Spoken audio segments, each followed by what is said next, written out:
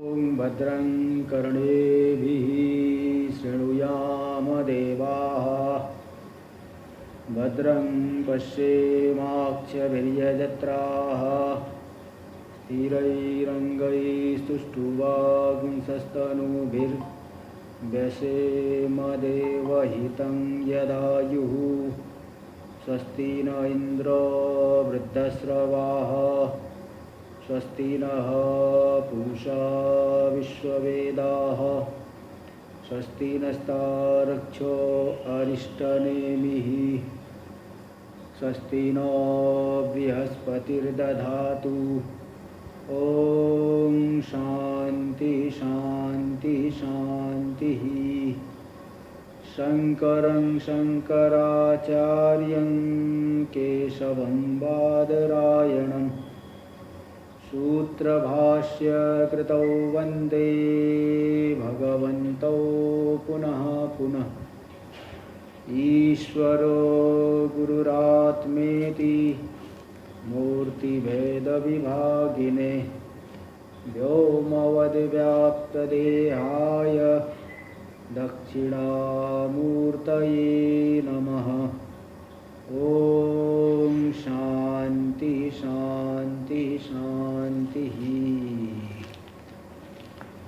अथर्ववेदीय प्रश्नोपनिषद के प्रथम प्रश्न के प्रसंग में प्रजा की उत्पत्ति कहाँ से हुई है इसका निरूपण पिप्पलाद महर्षि कर रहे हैं। यहाँ पे कल जो है संवत्सर रूपी प्रजापति कालात्मा है, आदित्य रूप है, उनका जो है उनकी महिमा को बताया गया, उनके स्वरूप को दिखाया गया 11वें मंत्र में। तो अभी आगे 12वां मंत्र दे रहे हैं। कारणत्वे श्लोकोक्तं जगदाश्रयत्वं हेतुम यस्मिन्निति। वह प्रजापति कारण है पूरे जगत के। इसमें श्लोकोक्तौ मंत्र में जो कहा गया है जगदाश्रयत्व है, जो यस्मिन् निदम श्रितम यस्मिन् निदम श्रितं विश्वम जगदाश्रयत्व हेतुमा। वो जगत के आश्रय इसलिए पूरे जगत के कारण है। श्लोक जो है श्लोक से लेंगे यस्मिन् निदम जगत सर्वम अच्छा श्लोकोक्तम, श्लोक से या तो यही मंत्र। एक मंत्र आया है कि यस्मिन् द्यौ पृथ्वी चान्तरिक्षं ओतः मनः च सह प्राणैश्च सर्वैः तमेवैकं जानत आत्मानं मन्या वाचो विमुञ्चथा। तो ये श्लोक मंत्र वही ले ले, श्लोक यानी मंत्र। प्रजापति कारण है जगत के। इसमें जो मंत्र में जगत आश्रय तो बताया गया है उसको एक हेतु दिखा रहे हैं, यहाँ भाष्य में थोड़ा सा दे रहे हैं। यस्मिन् निदं श्रितं विश्वम सयो प्रजापति, जिसमें पूरा का पूरा जगत स्थित है वही जो प्रजापति है, वही प्रजापति ही फिर मास रूप से, पहले तो बता दिए कि रही प्राण, फिर संवत्सर रूप, दक्षिणायन उत्तरायण, अभी मास रूप से परिणत हो रहे हैं। तो मंत्र तो बता ही दिया था कि प्रजापति ही मास रूप है, उसके दो पक्ष है कृष्ण और शुक्ल पक्ष। तो कृष्ण पक्ष जो है रही हो गया, शुक्ल पक्ष प्राण हो गया। इसलिए जितने भी ऋषि है प्राणोपासक शुक्ल में ही इष्ट को करते हैं, और अन्य जो कर्मी लोग हैं वो कृष्ण पक्ष में ही करते, चाहे कभी भी करें। उनके लिए, कर्मियों के लिए हमेशा कृष्ण पक्ष ही रहता है, और प्राणोपासक के लिए, उपासक के लिए हमेशा शुक्ल पक्ष ही रहता है। इसलिए कभी भी शरीर छोड़े हो उत्तरायण गति को जाएंगे। तो स एव टीका में देख लीजिए, संवत्सरस्यापि मासाहोरात्र रूप व्यतिरेकेण औषध्यादि जनकत्वा भावात्। जो संवत्सर है वह संवत्सर भी मास अहोरात्र रूप के बिना औषध आदि का जनक, औषधि आदि का जनक नहीं होता है। भाई संवत्सर सीधे केवल संवत्सर नहीं, मास अहोरात्र इत्यादि रूप में जो वाला संवत्सर है उसी मास अहोरात्र इत्यादि में ही औषधि आदि की उत्पत्ति यानी ब्रीहि यव आदि की उत्पत्ति होती है। इसलिए उसके बिना ब्रीहि आदि औषधि आदि का जनकत्व संवत्सर में नहीं है। मास अहोरात्र रूप से संवत्सर नहीं परिणत होगा तो ब्रीहि आदि का जनकत्व नहीं आएगा। ब्रीहि गेहूँ चावल धान सब इसका जनकत्व नहीं होगा। इसलिए तस्य मासाद्यात्मकत्वम आह, वही संवत्सर मास आदि स्वरूप है। इसको दिखा रहे स एव भाष्य में। तो जिसमें पूरा विश्व यह आश्रित है वही प्रजापति संवत्सराख्य, संवत्सर संज्ञक जो प्रजापति है। स्वावयवे मासे कृत्स्नः परिसमाप्यते, अपने अवयव मास में संपूर्ण रूप से परिसमाप्त होता है। इसमें उदाहरण दे दिए, टिप्पणी में 1 नंबर में तो दे दिए थे कि अगर गंगा जी अपने एक बिंदु में नहीं है, पूरी तरह गंगा नहीं आती, एक बिंदु का आचमन करके, एक बूंद का आचमन करके कैसे व्यक्ति पवित्र हो जाता। इसलिए गंगा की एक जो बूंद है वह भी गंगा ही है। इसी तरह से संवत्सर का जो अवयव है मास, वह भी संवत्सर से अतिरिक्त नहीं है। संवत्सर उसी में पूर्ण रूप से समाहित है। तो आगे मासो वै प्रजापति यथोक्त लक्षण, भाष्य में मासो वै प्रजापतिर यथोक्त लक्षण, जिनका लक्षण कहा जा चुका। यथोक्त लक्षण क्या है? टीका में दे यथोक्तेति संवत्सर रूपो रयि प्राण मिथुनात्मक, संवत्सर रूपी वह प्रजापति रयि प्राण मिथुनात्मक है। ऐसा जो प्रजापति है वही मास है, मास रूप से भी वही प्रजापति गए। यथोक्त लक्षण एवं मिथुनात्मक, वह मिथुनात्मक है, जोड़ा है, रयि प्राण रूप है, रयि प्राण मिथुनात्मक। तस्य मासात्मनः प्रजापतिरेको भागः कृष्ण पक्षो, रयि अन्न, उसी संवत्सर उसी मास रूपी प्रजापति का 2 भाग है, एक तो कृष्ण पक्ष और दूसरा शुक्ल पक्ष। एक भाग जो कृष्ण पक्ष हो गया रयि अन्नम, वही अन्न है, वही चंद्रमा है, और अपरा भाग है जो दूसरा भाग है शुक्ल है यानी शुक्ल पक्ष, वह प्राण रूप है, आदित्यो अत्ता अग्नि, प्राण रूप है, आदित्य रूप है, अत्ता है, अग्नि है, और कृष्ण पक्ष तो अन्न रूप हो गया। यस्मात्, अच्छा टीका में अब देखिए, शुक्ल कृष्णयोर उभयोरपि दर्शपूर्ण मासादि कर्मानुष्ठान दर्शनात्, चाहे शुक्ल पक्ष हो चाहे कृष्ण पक्ष हो, दोनों ही पक्षों में दर्शपूर्ण मास आदि कर्म का अनुष्ठान देखा गया है। तस्मादेति ऋषय इत्यादि वाक्यम अनुपन्नम, इसलिए ऋषि लोग जो है शुक्ल पक्ष में ही कर्म करते, उपासना करते हैं। ऐसा कैसे करे कर्म करते हैं? इतर लोग कृष्ण पक्ष में ही करते हैं, कर्मी लोग। तो भाई कर्म तो कर्मी लोग दोनों ही पक्षों में करते हैं, एक ही पक्ष में कैसे कह रहे हो? इसलिए ते ऋषया शुक्ला इष्टम कुर्वन्ति इतरे इतरस्मिन, यही कहना ठीक नहीं है, क्योंकि कर्म तो दोनों ही पक्षों में होता है।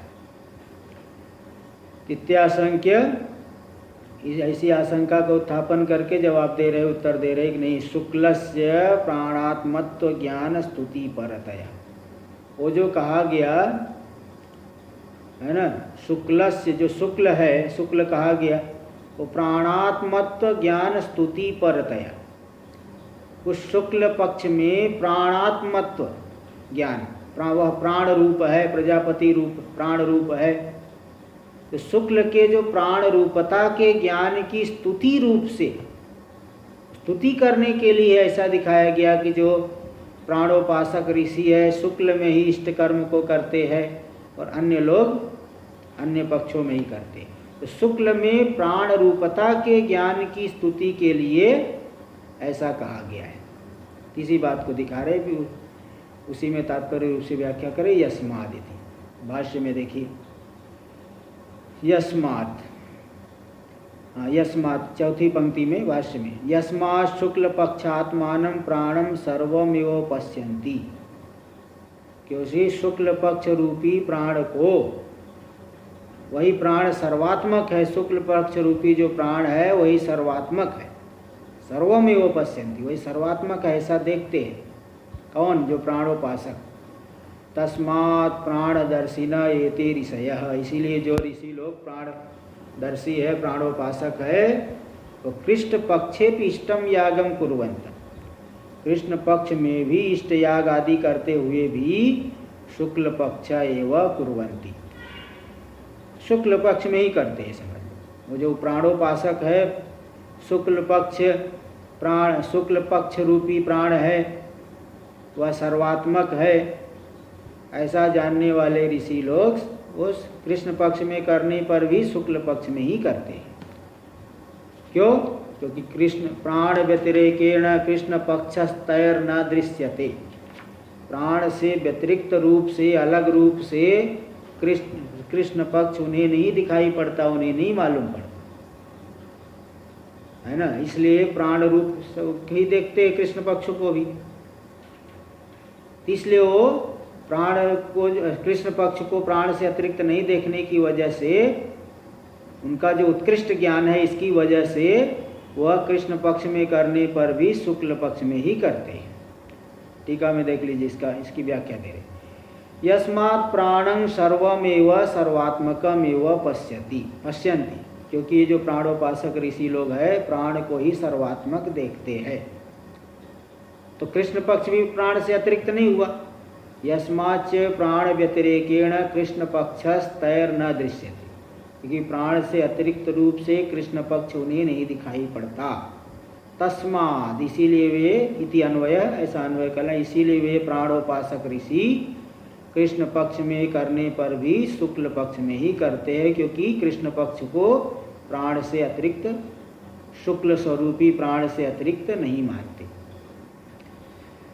टीका में आगे, प्राणस्य शुक्ल पक्षात्मकत्वात्, प्राण जो है शुक्ल पक्ष रूप है, और कृष्ण पक्षादि सर्व जगत प्राणात्मत्वात्, कृष्ण पक्षादि संपूर्ण जगत प्राण रूप है, इसलिए प्राण द्वारा कृष्ण पक्षस्यापि शुक्ल पक्षत्वे सति, प्राण के माध्यम से कृष्ण पक्ष भी शुक्ल पक्ष हो गया। इसके लिए एक न्याय होता है, तद अभिन्ना भिन्नस्य तद अभिन्नत्वम, तद अभिन्ना भिन्नस्य, जैसे एक है इससे अभिन्न, इससे अभिन्न, ये जो तीसरा हो गई पहले से अभिन्न हो गई, पहले से अभिन्न द्वितीय, द्वितीय से अभिन्न तृतीय, तो तीसरा जो है पहले से अभिन्न हो गया। जैसे उदाहरण हो देते, सब्जी बेचने वाले, उनके पास अगर बाट नहीं है तो 1 किलो की ईंट को 1 किलो का बना लेंगे, और उससे सब्जी मापेंगे तो भी तो 1 किलो आएगा। तो बाट के बराबर ईंट और ईंट के बराबर सब्जी, तो सब्जी भी 1 किलो ही कही जाएगी। तो तद अभिन्ना भिन्न से तद अभिन्नत्व, शुक्ल पक्ष से अभिन्न है प्राण, और प्राण से अभिन्न है बाकी पूरा जगत, उसमें कृष्ण पक्ष भी आ गया, इसलिए कृष्ण पक्ष भी शुक्ल पक्ष रूप हो गया। ये जो प्राणोपासक के लिए, सबके लिए नहीं, प्राणोपासक के लिए। इसलिए कृष्ण पक्ष से अभी शुक्ल पक्षत्वे सति कृष्णे कुर्वन्तोपि प्रकाशात्मके शुक्ले एव कुर्वन्ति, इसलिए कृष्ण पक्ष में वे लोग करने पर भी प्रकाशात्मक शुक्ल पक्ष में ही करते हैं, क्योंकि उनको कृष्ण पक्ष शुक्ल पक्ष से अतिरिक्त उनको नहीं, वो नहीं जानते। तो इति शुक्ल पक्षे प्राणत्व ज्ञान से स्तुति, इस तरह से शुक्ल पक्ष में जो प्राण रूपता का ज्ञान है उसकी स्तुति हो गई कि देखो इस ज्ञान का कैसा महात्म्य है कि कृष्ण पक्ष में करने पर भी शुक्ल पक्ष में ही कर रहा है, इस तरह से उस विज्ञान की स्तुति हो गई। एतस्तुत्यर्थमेव ज्ञान रहिता निंदति, अब देखो स्तुति के लिए दूसरे की निंदा भी की जाती है, स्तुति के लिए अन्य की निंदा से भी किसी की स्तुति होती है। नहीं निंदा निंद्यम निंदितुम प्रवर्तते अपितु विधेयम स्तोतुम, निंदा जो है निंद्य वस्तु की निंदा के लिए प्रवृत्त नहीं होती, बल्कि विधेय की स्तुति के लिए होती है। तो जो अन्य कर्मी लोग हैं, शुक्ल पक्ष रूपी प्राण को नहीं जानते, उनकी निंदा करके शुक्ल पक्ष में प्राण रूपता के ज्ञान की स्तुति भी की जा रही है। इसलिए तस्तुत्यर्थम एवं ज्ञान रहिता निंदति, इसी शुक्ल पक्ष की स्तुति करने के लिए ही ज्ञान रहितों की निंदा कर रहे हैं। देखिए उस विज्ञान की स्तुति, शुक्ल में प्राण रूपता के ज्ञान की स्तुति के लिए। देखिए भाष्य में यस्मादितरे तु प्राणम न पश्यन्ति, जो कर्मी लोग हैं वे लोग प्राण को नहीं देखते। इति आदर्शन लक्षणम कृष्णात्मानमेव पश्यन्ति, इसलिए अज्ञान रूपी कृष्ण रूपता को ही देखते हैं, प्राण को नहीं जानते। इसलिए इतरस्मिन् कृष्ण पक्षे एव कुर्वन्ति शुक्ले कुर्वन्तोपि, शुक्ल पक्ष में करने पर भी कृष्ण पक्ष में ही वे लोग करते हैं।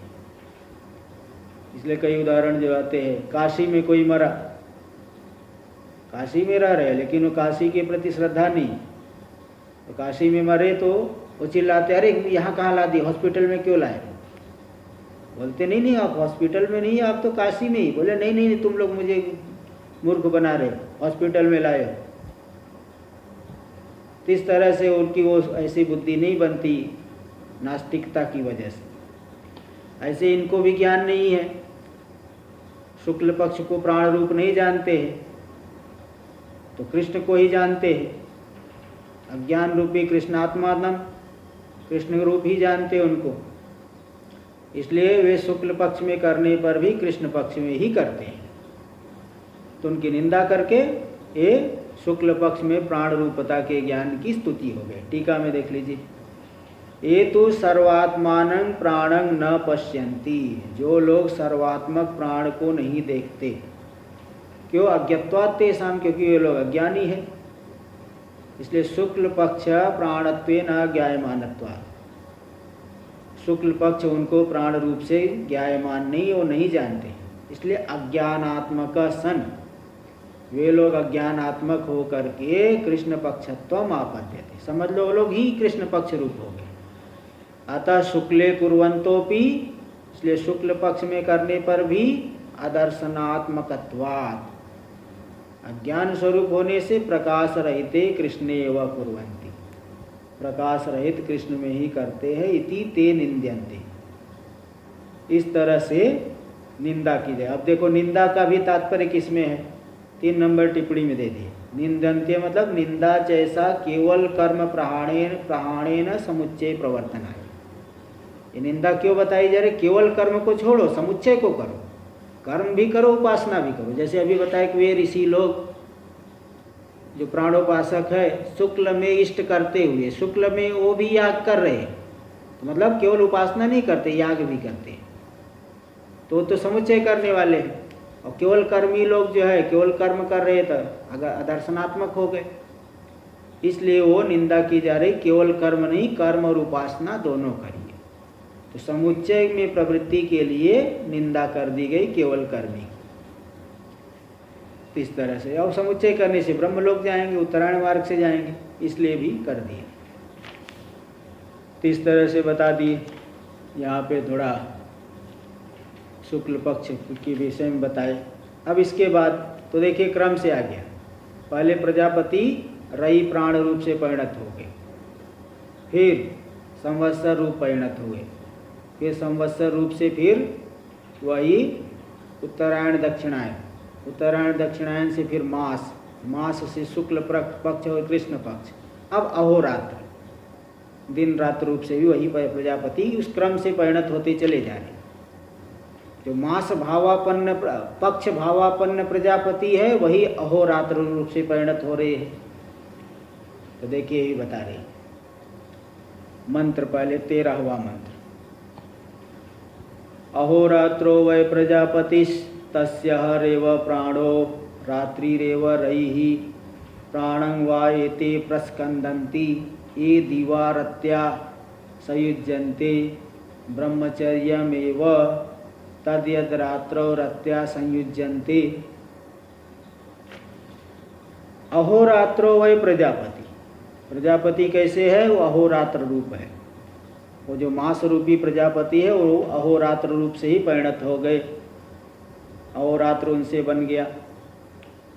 तो तस्य अहर एव प्राण, अब दिन जो दिन है वो प्राण रूप हो गया, और रात्रि रेव रई, रई जो है वो रात्रि रूप हो गई, रात्रि रई रूप है। तो दिन है प्राण और प्राण श्रेष्ठ है। भाई देखिए, अत्ता और अन्न के बीच में अन्न तो निकृष्ट होता है, खाने वाला श्रेष्ठ होता है, भोक्ता को अत्ता को श्रेष्ठ माना जाता है। इसलिए हर जगह देखिए प्राण रूप जिसको बता रहे वो श्रेष्ठ है। तो दिन जो प्राण रूप हो गया, रात्रि रई रूप हो गया, तो इसलिए ये प्राणम वा ये तेज, अब देखो प्रसंग से कुछ बातें बता रहे। तो दिन प्राण रूप है, इसलिए दिवस में मैथुन कर्म नहीं करना चाहिए, स्त्री संबंध नहीं बनाना चाहिए। प्रासंगिक थोड़ा विधान प्रसंग से बता रहे। तो प्राणम वा एते प्रस्कंदंती, वे लोग, ये लोग प्राण का ही क्षरण कर देते हैं। प्राण उनका क्षीण हो जाता है, जल्दी काल के ग्रास में चले जाएंगे। कौन लोग जल्दी काल के ग्रास में चले जाएंगे? किनके प्राण का क्षरण हो जाता है, प्रस्कंदन हो जाता है?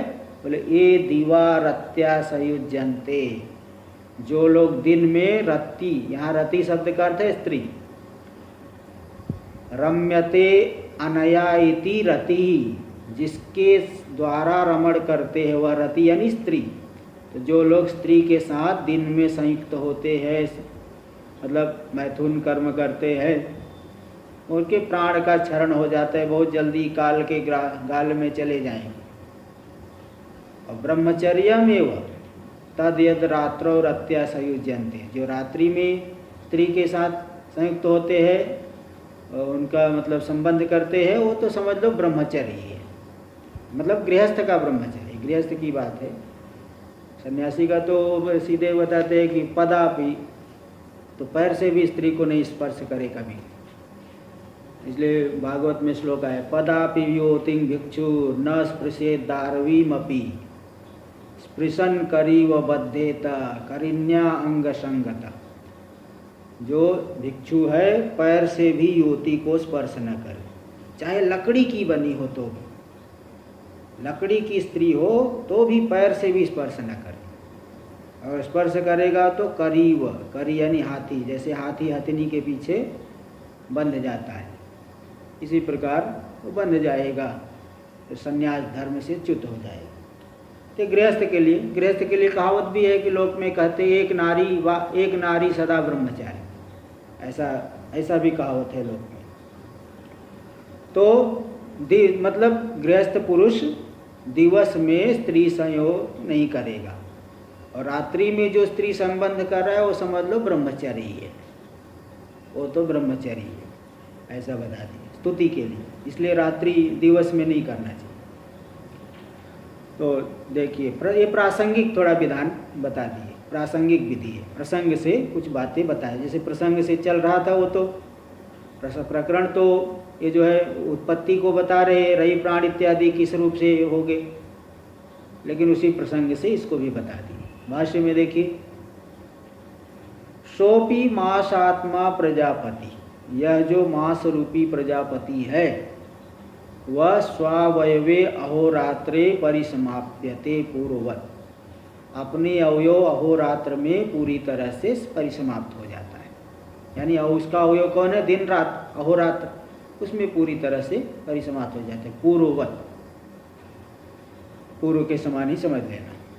जैसे संवत्सर मास में परिसमाप्त हो गया, मास भी अहोरात्र, पक्ष भी मास भी, और मास फिर पक्ष भी अहोरात्र में आ गया। तस्यापि अहर एव प्राणो, उस मासात्मक प्रजापति का दिन ही हो गया प्राण, वही अत्ता है, वही अग्नि है।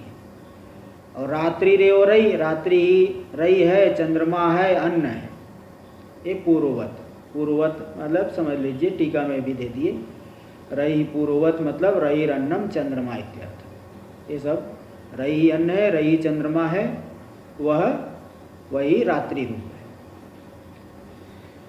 प्राणम अहरात्मानम, अच्छा टीका में पहले टीका देखिए, अहन प्राणत्वोक्ति प्रसंगात, अहन दिन में प्राण के कथन के प्रसंग से। प्रसंग संगति क्या है? एक प्रसंग संगति होती है, कई प्रकार की संगति होती है, अवसर संगति, प्रसंग संगति, कार्य कारण भाव संगति, 6 प्रकार की संगति नैयायिक लोग मानते हैं। 6 प्रकार की संगति होती है, कभी कोई प्रसंग में मैं बताऊंगा। तो 6 प्रकार की संगति है। इसमें एक होता है प्रसंग संगति। प्रसंग संगति स्मृतस्य उपेक्षा नरहत्वम प्रसंग, किसी प्रसंग से दूसरे का स्मरण हो गया, किसी का स्मरण कर रहे थे साथ में उसके साथ वाले का भी स्मरण हो गया, तो स्मृतस्य उपेक्षा नरहत्वम, जो स्मरण हो गया उसकी उपेक्षा नहीं कर सकते, हो गया प्रसंग। जैसे उज्जैन गए आप, उज्जैन में महाकाल का दर्शन किए, तभी ध्यान में आ गया कि बगल में ही हरसिद्धि माता का मंदिर है, चलो भाई हरसिद्धि माता के का भी दर्शन कर लो। तो प्रसंग उनका स्मरण हो गया ना कि चलो महाकालेश्वर भगवान के बगल में पास में हरसिद्धि माता का भी मंदिर है, वो स्मरण आ गया।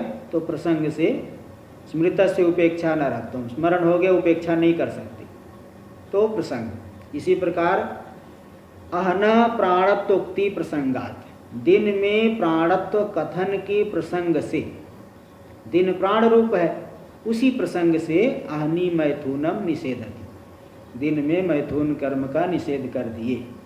भाष्य में प्राणम प्राणम अहरात्मानम वा एति प्रस्कंदन्ति, प्राण जो दिवस रूप है, अहर रूप है, वे लोग अपने प्राण का ही प्रस्कंदन कर देते, क्षरण कर देते हैं, जल्दी ही काल के गाल में चले जाएंगे। कौन? निर्गमयंती, प्रस्कंदंती मतलब निर्गमयंती, उसका निर्गमन कर देते, शोषण कर, शोषयंती वा, प्राण का ही शोषण कर देते हैं वे लोग। वाह स्वा मतलब वाह स्वात्मनो विच्छिद्य अपनयंती, अपने से हटा करके उसको दूर कर देते हैं, मतलब उनका प्राण वियोग हो जाएगा जल्दी। कौन किनका हो जाएगा? बोले के कौन लोग अपने प्राण को दूर कर देते हैं, क्षरण कर देते हैं, शोषण कर देते हैं? बोले ये दीवा यानी आहनी, दीवा का दीवा अव्यय है, उसका अर्थ है आहनी यानी दिन में। रत्या, रति का अर्थ क्या है बता दिया था, स्त्री। तो रति कारण भूतया सह स्त्रिया, कैसे अर्थ है? करण में तीन करना है। रम्यते अनया इति रति, जिसके द्वारा रमण करते, तो रति मतलब स्त्री। तो रति कारण भूतया सह स्त्रिया संयुज्यन्ते, यानी मैथुनम आचरंती मूढ़ा, जो मूढ़ लोग दिन में पत्नी के साथ संबंध बनाते हैं, वे लोग समझ लो अपने प्राण का ही वियोग की तैयारी कर रहे हैं, यानी प्राण उनका बहुत जल्दी क्षीण हो जाएगा, क्योंकि दिन जो है प्राण रूप है, तो प्राण का क्षरण हो जाएगा। यत एवं, क्योंकि ऐसा है, तस्मात् तन्न कर्तव्यम, इसलिए वह दिन में ऐसा कर्म नहीं करे। इति प्रतिषेध प्रासंगिक। हाँ हाँ जी बोलिए। ये जो मंत्र आया है, हाँ जी,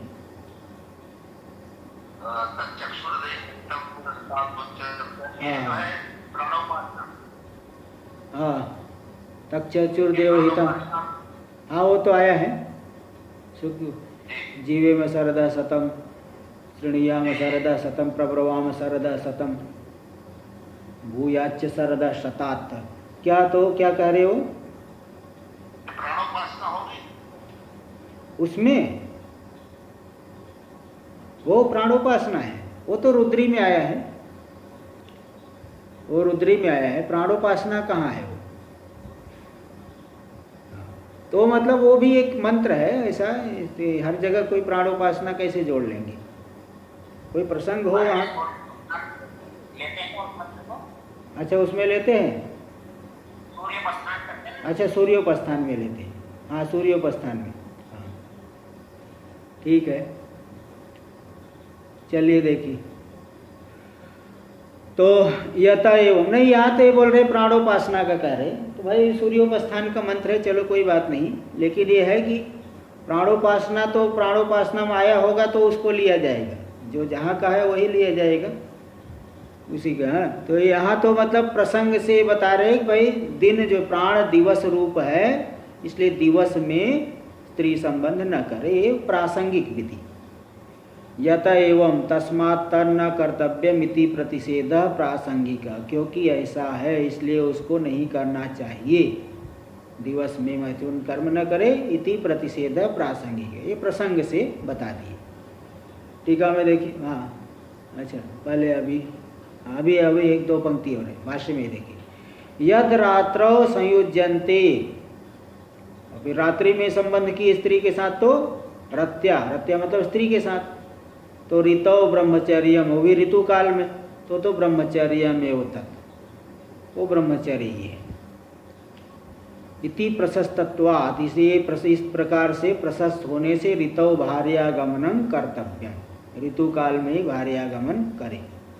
इसमें एक मंत्र भी है, 2 नंबर टिप्पणी में है, गृहस्थ के लिए, ऋतौ भार्याम उपेयाति विद्यंतरम संग्रहणन नाह ऋतौ, ऋतु में भार्यागमन करे, ऋतु काल में, ऋतौ भार्यागमनम कर्तव्यमिति। अयम अपि प्रासंगिको विधि, देखो प्रसंग से 2 विधि बता दी, पहले तो एक तो निषेध किए कि जीवन में, प्रतिषेध किए प्रसंग से कि दिन में संबंध न करें, और दूसरा प्रसंग से विधि क्या बताए कि ऋतु काल में ही स्त्री संबंध करे। हाँ, इस तरह से ये प्रासंगिक विधि, तो ये हो गया। प्रकृतम तो उच्यते, अब जो प्रकृत विषय चल रहा है उसकी बात बताई जा रही है, प्रकरण में जो प्रतिपाद्य है, विचार का जो विषय है उसको अब बताया जा रहा है। टीका में देख लीजिए, प्रकृतम इति कुतो हवा इमा प्रजा प्रजायन्त इति पृष्ठम, कहाँ से यह प्रजा उत्पन्न हुई है, तो प्रजा की सृष्टि बता रहे हैं, तो प्रजा उस प्रकृत विषय को अब बताते हैं। पूर्वोक्तम सर्वम एतद उपयोगितया उक्तम, पूर्व में जो अभी बताया गया, भाई जो बताए पहले उनके रवि प्राण की सृष्टि हुई है, फिर संवत्सर, फिर उत्तरायण दक्षिणायन, फिर शुक्ल पक्ष है मास, फिर शुक्ल पक्ष कृष्ण पक्ष, फिर अहोरात्र, ये जो पूर्व में सब जितनी बातें बताई गई, कहाँ से प्रजा की सृष्टि हुई है इसके उपयोगी रूप से बताई है, न तो साक्षात प्रकृतम इति, साक्षात प्रकृत नहीं है। अच्छा, साक्षात प्रकृत तो वही प्रजा के उत्पत्ति जहाँ जहाँ बताएगा। अच्छा वो दे, ये जो अभी बताएंगे, अभी ये जो दोनों बातें बताई ना, ये तो उसी के उपयोगी रूप से कहा गया, और साक्षात प्रकृत नहीं है। साक्षात तो प्रकृत है, कहाँ से यह प्रजा उत्पन्न, हट बस। अच्छा, ये मतलब ये जो 2 बताए ना, एक निषेध और विधि, निषेध जो दिन में संबंध न करे, एक हुआ, और दूसरा जो भार्या ऋतु काल में ही भार्यागमन करे, ये भी प्रसंग से आया। ये तो प्रासंगिक विधि को छोड़िए, इसके पहले जो ये सब बताया गया ना, संवत्सर आदि की उत्पत्ति क्रम से जो बता रहे हैं, ये तो प्रजा की उत्पत्ति को उपयोगी रूप से कहा जा रहा है, साक्षात नहीं कहा जा रहा है। साक्षात तो आगे बताएंगे कि ब्रीहियव होने के बाद जब पुरुष उसका भक्षण करेंगे, तो फिर इसके बाद पुरुष स्त्री में रजवीर्य का संयोग हो करके फिर प्रजा की उत्पत्ति होती है। तो इस तरह से वो ये बताएंगे, आगे अगले आ जाएगा, अगले ही मंत्र में आ जाएगा। इसलिए मुख्य तो वही प्रश्न है कि कहाँ से प्रजा उत्पन्न हुई है, ये तो आगे बता देंगे। तो इसके उपयोगी रूप से संवत्सर आदि की सृष्टि बताई गई, तो बस यही इति भाव। आगे देखिए, ये हो गया।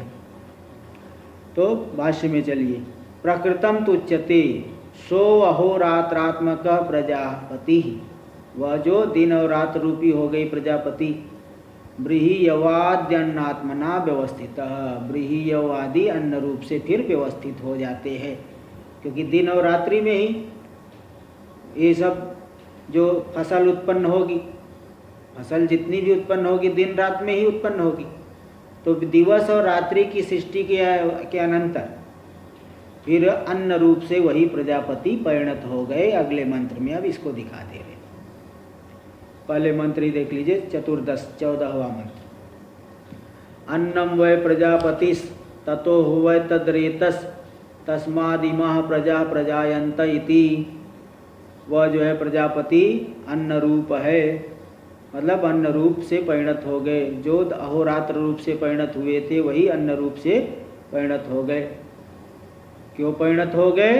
क्योंकि उस अन्न को जब पुरुष खाएंगे ततो हवै तद्रेतः, उसी भक्षित अन्न से पुरुष के शरीर में रेत हो जाएगा। इसी प्रकार स्त्री के शरीर में रज, दोनों ही लेना, पुरुष शब्द पुरुष स्त्री दोनों में ही, क्योंकि दोनों ही खाएंगे।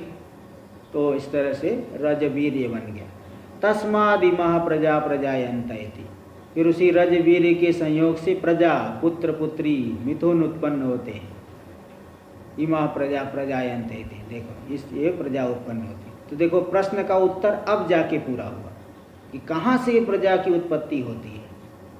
तो बता दिए कि प्रजा की कामना वाले होकर के प्रजापति ने पहले रही प्राण की सृष्टि की, यानी आदित्य चंद्र की सृष्टि की, फिर संवत्सर, फिर दक्षिणायन उत्तरायण, फिर जो है शुक्ल मास, शुक्ल पक्ष कृष्ण पक्ष, अहोरात्र, उस अहोरात्र में ही फसल सब उत्पन्न होगी।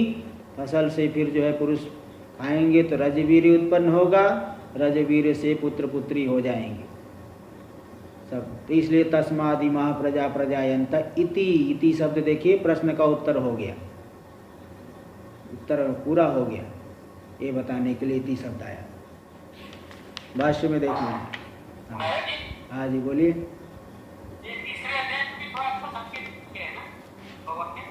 कहाँ पे? हाँ तीसरा अध्याय, हाँ गीता में भी ना, हाँ वहाँ भी थोड़ा आया। भाष्य में देखिए, एवं क्रमेण परिणम्य, इस क्रम से परिणमित होकर, वहाँ भी थोड़ा परंपरा दिखाए है, अन्नाद वो दिखाए है ना वो, हाँ बहुत भूतानी, हाँ तो वो जो दिखाए वो यही सब बातें दिखाए वहाँ पे भी। चलिए देखिए, एवं क्रमेण परिणम्य, इस क्रम से परिणत होते होते होते होते अब देखो अन्न रूप से आ गए। अन्न तद अन्नम वह प्रजापति, वही प्रजापति अन्न रूप से ही परिणत हो गए। एवं क्रमेण का अर्थ देखो टीका में दे दी, एवं क्रमेण थी रई प्राण संवत्सरादि क्रमेण परिणम्य, रई प्राण रूप से, फिर संवत्सर, उत्तरायण, दक्षिणायन, मास, फिर जो है शुक्ल पक्ष कृष्ण पक्ष, अहोरात्र, इसके बाद अन्न, इस रूप से क्रम से परिणमित होकर के ब्रीहीयवाद्यात्मना व्यवस्थित है, ब्रीहीयवादी रूप से जो व्यवस्थित हो गए हैं, व्यवस्थित सन अन्नम वै प्रजापति, यानी अन्नात्मको जाता प्रजापति ही, प्रजापति अन्न रूप से उत्पन्न हो गए। इति अन्वय। कथम, कैसे, कथम आगे भाष्य में दी, कथम का अर्थ टीका में दे, अन्न रूपत्वेपि तस्य कथम प्रजाजनकत्वम इत्यर्थ। बोले चलो अन्न रूप हो गए, अन्न रूप होने पर ही प्रजा की उत्पत्ति कैसे कर देंगे। तब इसको भाष्य में दिखा रहे, तथा यानी तस्माद हवय रेतो नृबीजम, उससे ही रेत उत्पन्न हो जाता है, नृबीज यानी मनुष्य का जो बीज है, कारण है। देखो वही ले रहे इसलिए आगे, तत्प्रजा कारणम, वह जो प्रजा के कारण है रेत, उसी अन्न से ही होगा। अन्न से जो सप्तम धातु जो है, अन्नाद रसो रसाद रुधिरम, ततो मांस, ततो अस्थि, ततो मज्जा, है ना, मज्जा होकर के ततो मेदस, फिर जो है इसके बाद आखिरी में वो वीर्य हो जाएगा। सप्तम धातु मानी जाती है, सप्तम धातु ये, तो सप्तम धातु में वीर्य, रजवीर्य हो जाएगा। तो तत्प्रजा कारणम तस्माद् योषिति सिक्तादिमाः मनुष्यादि लक्षणा प्रजा प्रजायन्ते, वही जो रेत है, योषित यानी स्त्री में उसका सेचन हो जाने, सिक्त हो, सेचन हो गया, योषित स्त्री पत्नी के अंदर जो उसने कर दिया, तो उससे फिर इमा मनुष्यादि लक्षणा प्रजा प्रजायन्ते, ये मनुष्य आदि स्वरूप वाले संपूर्ण प्रजा उत्पन्न होती, सभी लोग इसी से उत्पन्न होते। तो यद पृष्ठम कुतो हवय प्रजा प्रजायन्ते, जो तुम्हारे द्वारा पूछा गया तो कहाँ से ये पूरी प्रजा उत्पन्न होती, तो यही देखो इस तरह से उससे ही फिर मनुष्य आदि स्वरूप वाली प्रजा उत्पन्न होती है। हाँ टीका में तथा कर दे दिया टीका में, तथा इति भक्षिताद अन्नाद, भक्षित अन्न से, भक्षित अन्न से ही जो है उत्पन्न हो गया। तो भक्षित अन्न से हो गया। रेता इति शोणितस्यापि उपलक्षणम, रेत शब्द से शोणित भी ले लेना, क्योंकि तुल्यत्वात्, शोणित मतलब रज जो स्त्री शरीर में होता है, तो तुल्यत्वात्।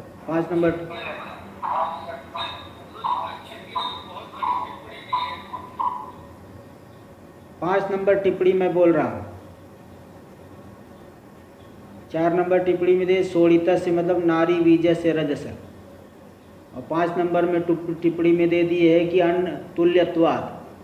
तुल्यत्वात् का अर्थ है अन्न जत्व प्रजा जनकत्वयो रजो वीर्य उभय साधारणत्वात्। अन्न से तो रज भी उत्पन्न होता है, वीर्य भी। भाई पुरुष के शरीर में वीर्य उत्पन्न होगा, स्त्री के शरीर में रज उत्पन्न होगा, तो अन्न जत्व दोनों में है। और प्रजा जनकत्व भी दोनों में है। केवल पुरुष के ही उसी सप्तम धातु से ही प्रजा उत्पन्न होगी, स्त्री के नहीं, तो मतलब दोनों मिल करके होगा। इसलिए रज की रेत की उत्पत्ति मतलब शोणित भी उपलक्षण विधेया ले लेना, ये बता दी। शोणितस्यापि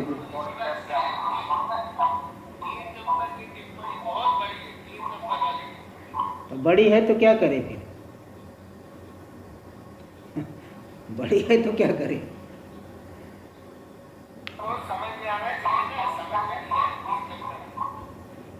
चलो देखो 3 नंबर, कोई बात नहीं।